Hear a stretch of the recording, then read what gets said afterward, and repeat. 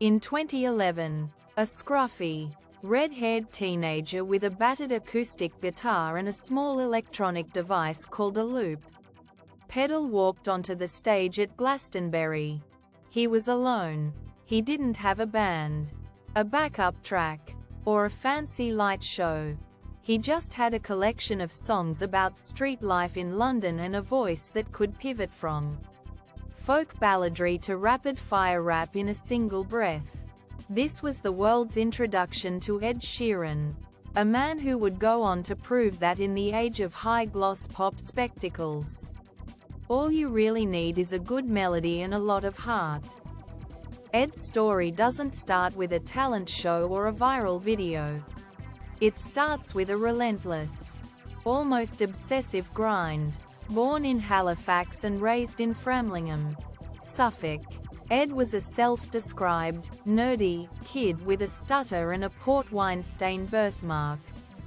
He found his voice through the guitar and the music of Damien Rice and Van Morrison. At 16, he dropped out of school and moved to London with nothing but his instrument and a backpack. What followed was the stuff of industry legend. For several years, Ed was effectively homeless, sleeping on the sofas of friends or even outside Buckingham Palace. He played anywhere that would have him. Open mic nights, empty pubs, and train stations. He famously played over 300 gigs in a single year. He wasn't waiting to be discovered. He was building a fan base one person at a time. He sold CDs out of his backpack and used social media long before it was a standard marketing tool to connect directly with his growing Sheerio community. The breakthrough came with the No. 5 Collaborations project, an independent EP where he teamed up with grime artists like Wiley and JME. It was a strange mix. A sensitive singer-songwriter jumping on heavy urban beats. But it worked. It shot to No. 2 on the iTunes chart without a label, forcing the industry to finally pay attention. When he signed with Atlantic Records and released his debut album, Plus, in 2011, it wasn't just a hit. It was a cultural phenomenon.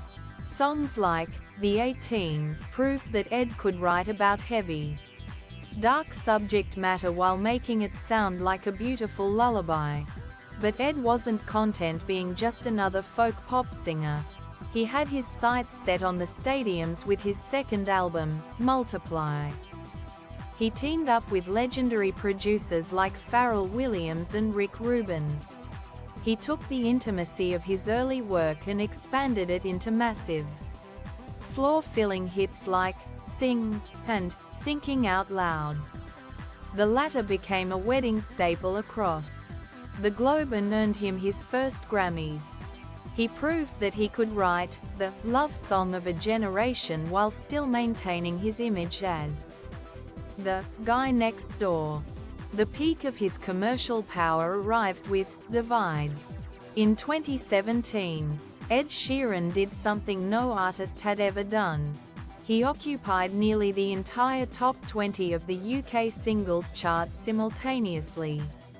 Shape of You became a global juggernaut, blending dancehall rhythms with pop hooks to become one of the most streamed songs in history.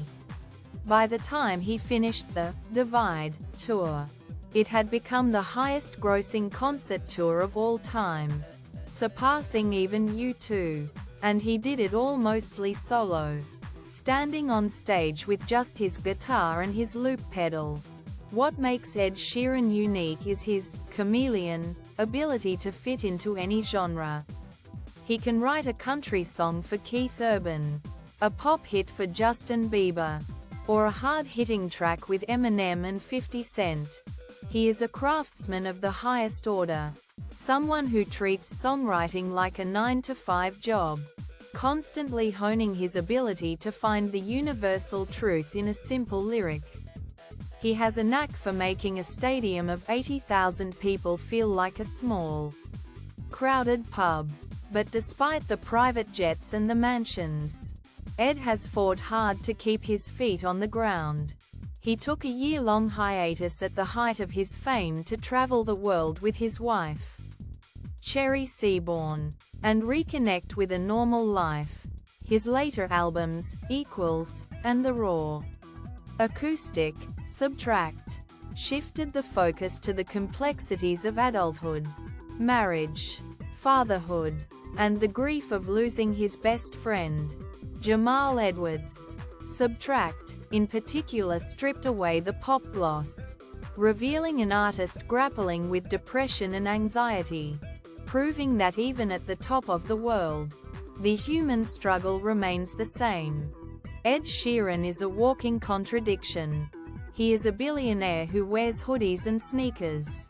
He is a songwriter who creates mathematical pop hits but lives on a farm in Suffolk.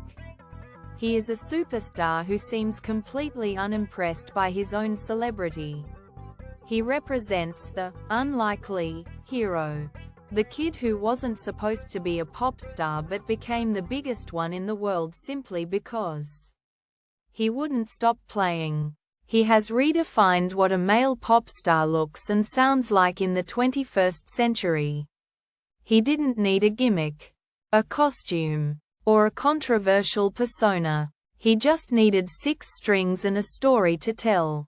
From the streets of London to the center of the world's biggest stages, Ed Sheeran's journey is a testament to the power of the 10,000 hours rule.